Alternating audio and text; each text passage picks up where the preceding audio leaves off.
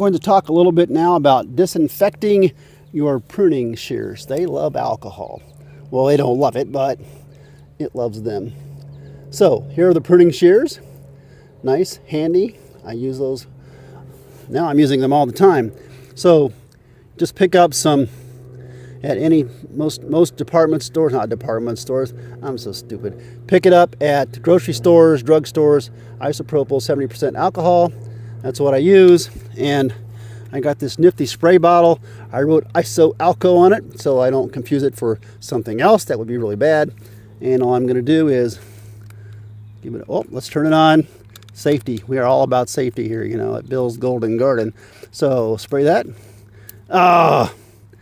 It's looking good. There you go. So it's all sprayed.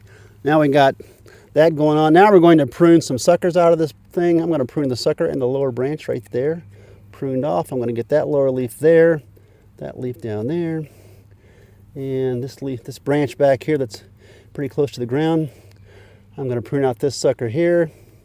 So the deal is, every time you go to a new plant, you want to respray your shears so that you're not going to carry, if there's contamination, if this tomato plant has a problem, you don't want to carry the disease that might be in this plant to your other tomato plants. Therefore, this is how we prune it out. It's how we clean it all up. And I'm going to take out, even though this is a big sucker, I'm taking this sucker out. You probably can't see that part. That's what I'm doing.